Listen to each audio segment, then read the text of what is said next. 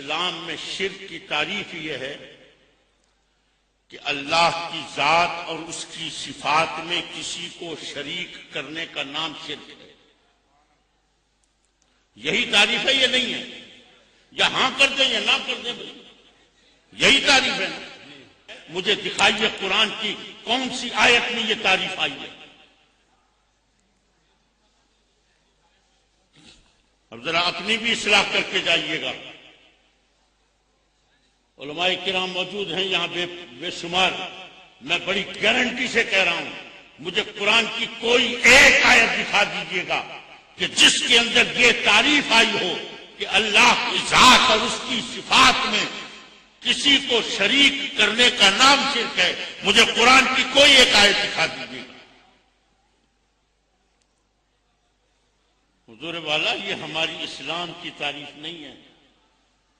اب ذرا سوچیں کہ کس طریقے سے ہمارے ذہنوں میں یہ تعریف پیوست کی گئی۔ یہ تعریف یہ یہودیوں کی تعریف ہے، یہ نصرانیوں کی تعریف ہے۔ ذرا پڑھیے، کبھی یہودیت کو خدا کو مانتے ہیں اور کیا مانتے ہیں؟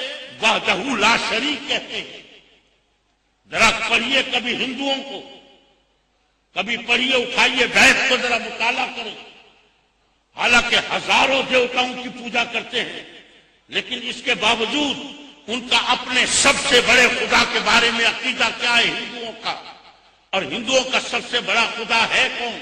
ہندو کے سب سے بڑے خدا کا نام بھگوان نہیں ہے، ان کے سب سے بڑے خدا کا نام رام نہیں ہے، ان کے سب سے بڑے خدا کا نام سیتا نہیں ہے، ہندوؤں کے سب سے بڑے خدا کا نام ہے ایشور۔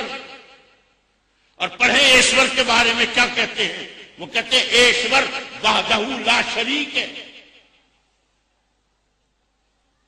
پھر کیا ہندو کے خدا کو مانو گے؟ وحدہ لا شریک کہتا ہے۔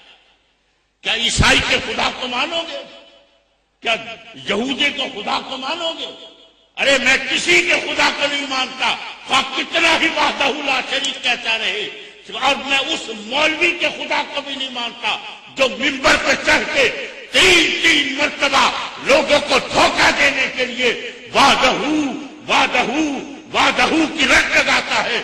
میں اس خدا کو مانتا ہوں جو محمد کا خدا ہے۔ سبحان اللہ، اللہ اکبر، یا رسول اللہ، یا نعرہ تکبیر، نعرہ رسالت، نعرہ رسالت، نعرہ رسالت۔ حضور یہ مسئلہ کوئی نہیں چھیڑے گا، میں آپ کو حقیقت بتا رہا ہوں، اور میں کیوں چھیڑ کے بیٹھا ہوں؟ اس لیے کہ میں عمر کے آخری حصے میں ہوں، اور مجھے روز ایسا محسوس ہوتا ہے کہ شاید آنے والا دن نہ دیکھ سکوں، اور قبر میں جانا ہے، اور قبر میں جاتے کے ساتھ ہی سب سے پہلا سوال کون سا ہوگا؟ من ربو کا، تیرا رب کون ہے؟ ربی اللہ اس کی زبان پر آئے گا کہ جس کو اللہ کی صحیح معرفت حاصل ہوگی۔ صاحب سنیے قرآن کی تعریف، سنیں شرک کی، سارے مسئلے حل ہوں گے، سارے مسئلے حل ہوں گے۔ اللہ تبارک و تعالیٰ شرک کی تعریف بیان کرتے ہوئے فرماتا ہے وَإِذْ نُسَوِّيكُمْ بِرَبِّ الْعَالَمِينَ۔ اللہ فرماتا ہے شرک یہ ہے کہ مجھ رب العالمین کے برابر کسی کو سمجھنا، یہ شرک ہے۔ وَإِذْ نُسَوِّيكُمْ بِرَبِّ الْعَالَمِينَ، اللہ کے برابر کسی کو سمجھنا یہ شرک ہے۔ یہ ذات اور صفات کی قرآن نے بات نہیں کری۔ کیوں نہیں کری؟ اس لیے کہ اگر ذات اور صفات کی بات کرو گے تو پھر خود قرآن کے اوپر اعتراض آئے گا۔ اور وہ کیا اعتراض آئے گا؟ ابھی میں آپ سے پوچھتا ہوں، مجھے بتائیے رب کس کی صفت ہے؟ اللہ کی صفت ہے۔ اللہ کی صفت۔ یہی رب کا لفظ اللہ قرآن میں کس کے لیے استعمال کر رہا ہے؟ یہی رب کا لفظ اللہ فرماتا ہے کما رب یعنی صغیرہ، کما رب یعنی صغیرہ، جو بچپن میں جو تیرے رب تھے۔ کس نے پالا ہے تجھے؟ ماں باپ نے پالا ہے۔ اللہ ماں باپ کے لیے یہی رب کا لفظ استعمال کر رہا ہے۔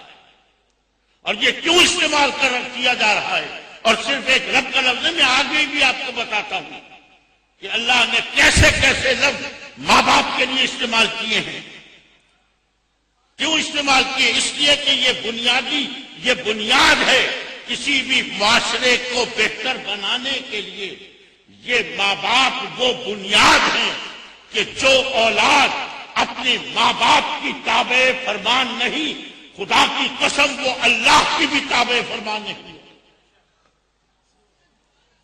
اس لیے رب کریم ماں باپ کی عظمت، ماں باپ کی عزت، ماں باپ کی شوکت، ماں باپ کی جلالت کے لیے وہ لفظ استعمال کر رہا ہے جو ہم اللہ کے لیے، اللہ کے سوا کسی کے لیے نہیں بولتے ہیں. کہ ہمارا رب اللہ ہے، لیکن اللہ یہی رب کا لفظ ماں باپ کے لیے استعمال فرما رہا ہے. کما رب یعنی صغیرہ، جو بچپن میں جو تیرے رب تھے. حقیقت عرض کرتا ہوں، بدنصیب ہے وہ اولاد، بدنصیب ہے وہ اولاد جس نے اپنی زندگی کے اندر ماں باپ کو پایا اور ان کی تابعداری نہ کر سکا. خوش نصیب ہے وہ اولاد کہ جس نے ماں باپ کو پایا اور ان کا فرما بردار ہو گیا. حضور یہ پہلی بنیاد ہے، پہلی بنیاد ہے معاشرے کی تباہی کے لیے. یہ پہلی بنیاد ہے. جو بیٹا اپنے باپ کا تابع فرمان نہیں ہے، جس بیٹے کا سر اپنے باپ کے آگے نہیں جھکا ہے، خدا کی قسم اس کا سر کبھی خدا کے آگے نہیں جھک سکتا. بہاڑی میں ہمارے ایک پیر بھائی ہے، بہاڑی میں، اللہ اکبر، ان کا بیٹا 8ویں کلاس میں پڑھتا تھا. میں ایک مرتبہ ان کے گھر گیا تو مجھ سے شکایت کرنے لگے، کہنے کہ جی پتہ نہیں میرے بیٹے کو کیا ہو گیا، انتہائی گستاخ ہے، روڈ ہو گیا. حضور مجھے سمجھ نہیں آ رہی، میں بہت پریشان ہوں، کوئی دعا کریں، کوئی اس کو سمجھائیں. میں نے اس بچے کو بلایا اور میں اس کو بچے کو بلا کے میں اس کو ماں باپ کے بارے میں درس دیتا رہا، لیکچر دیتا رہا. وہ میری ہر بات کے پر جی ہاں کی رٹ لگائے رکھتی. آخر میں نے اس کو ایک جملہ کہا، ایک جملہ. وہ جملہ کیا تھا؟ میں نے کہا بیٹا یاد رکھنا، اپنے سر کو ہمیشہ ماں باپ کے آگے جھکا کے رکھنا. اپنے سر کو ہمیشہ ماں باپ کے آگے جھکا کے رکھنا. میں نے یہ جملہ بولا، مجھے کہتا ہے جی 1-2 منٹ ٹھہرے، میں ابھی آتا ہوں.